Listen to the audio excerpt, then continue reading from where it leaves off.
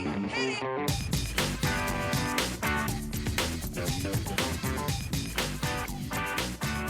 morning, good afternoon, good evening, and welcome to today's Caffeine for the Soul. And if you like the kinds of things I talk about on the show and you'd like to talk with me more about them, or sort of with me more about them, go check out michaelneill.ai, and you'll get access to our new app where you can chat with my digital twin, Digital Michael, and you can use him to spark your thinking and to run through your challenges and to brainstorm creative ideas.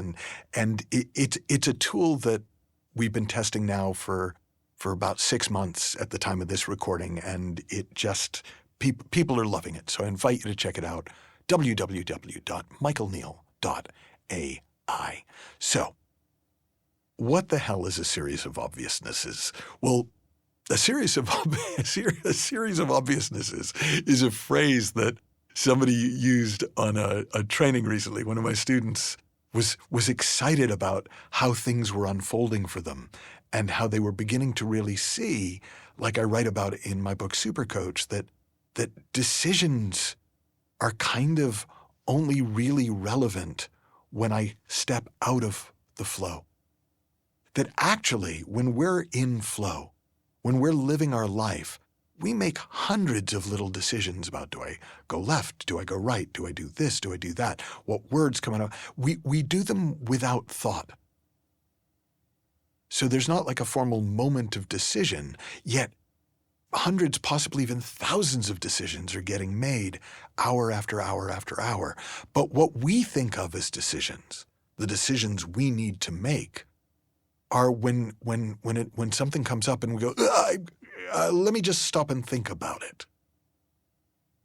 And usually it's because we think there's a consequence to getting it wrong. Now, I'm not saying you should never make decisions, or it's just that very often when it feels like we have a big decision to make, it is because we've taken ourselves out of our natural flow and gone up into our heads to work it out. One of the first times I ever really saw and experienced that for myself was, funnily enough, I was attending a golf clinic, and there was a putting drill. And, the golf coach told us, okay, you're putting to win the Masters, which is the biggest golf tournament in the world. And so they'd put the ball 1 inch from the cup, and they go, okay, you're putting to win the Masters. And everybody just walked up and knocked it in. And then they moved the ball back so it was about a foot away. And pretty much everybody still just walked up and knocked it in. And then they moved the ball 2 feet away. Some people still walked up and knocked it in. But a few people now stopped. They started kind of lining it up. They started kind of looking at it. And pretty much everybody still made it. I think actually everyone did. Then they moved it back to 3 feet, 4 feet, 5 feet, 6 feet. And at each distance, more and more people, instead of just walking up and trusting their body to know what to do, went into their heads and started thinking about it. And more of the putts got missed. Now, I understand we could explain that by, well, it's a different read, and if maybe they needed to look at the grain of the grass. It was flat. It was just a completely flat practice hole. Now, what I noticed was the same thing happened in me. The first 2 or 3, I just stepped up and hit. But then there was a certain distance where I stepped up to hit, and there was this last minute, wait, what if? And suddenly, I went into my thinking brain and out of my knowing brain. One of the ways I sometimes talk about flow is it's going with the flowing of your knowing. Now, I get that's cute because it rhymes, but it's also a pretty accurate description. You just kind of know what to do until you don't. If you watch a great athlete at the top of their game, sort of like back in the day, Wayne Gretzky playing hockey, Michael Jordan playing basketball, they just kind of always seemed to know where to be when. They processed information so quickly that from their point of view, they weren't thinking at all. They just, there's a famous quote, I think it was Wayne Gretzky, the quote where, most people skate to where the puck is. I just skate to where it's gonna be. So for him, playing hockey was just following a series of obviousnesses. Like, well, it was just obvious to him to skate over there. It was just it's just obvious to a great rebounder in basketball where to stand. It's just obvious to a great golfer which shot to hit when. Not always, but enough of the time, they tend to do really well.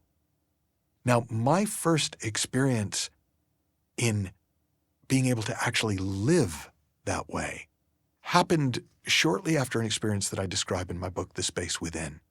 And in The Space Within, I talk about how one day I had a sort of a mini awakening, and life got so simple. And for about 6 weeks, I didn't have to think about anything because everything just seemed obvious to me. So if an opportunity came up, it was either, well, if I wanted to do it, it was like, well, why wouldn't I? And if I didn't want to do it, it was like, why would I? For whatever reason, it didn't make any sense to me to think it all through and work it all out and make lists of pros and cons, because it was like, well, why would I do that? Or why would I not do this? And the moment that I still remember was when one of my mentors asked me to do some work for him. And I without even thinking about it, I just went, no. And he looked shocked, and then I looked shocked because I don't think I'd ever said no to him before. But it was just obvious. And what I came to see is that sort of no-brainer decision-making, that following the flow, the flowing of your knowing, that enjoying life as a series of obviousnesses is the way we're actually made to function at our best. There are times where it's helpful to step back. It's helpful to overview. It's helpful to slow things down. And it's helpful to make decisions. But most of the time, you really can live life as a series of obviousnesses. You really can follow the flowing of your knowing. You really don't have to think about things as much as you think. And that's your sort of homework, your mission, should you want to accept it, is as an experiment, see how much of today, or if you want to this week, you can live in that flowing of your knowing. You can just do the next thing, do what makes sense to you, do the obvious, and then notice where you kind of go, ooh, I gotta step back, no, I can't try. And as best you can, without putting yourself or anyone else in danger, just play with the flowing of your knowing.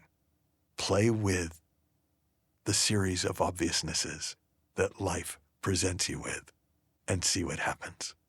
Have fun, learn heaps, happy exploring, and I'll talk with you soon.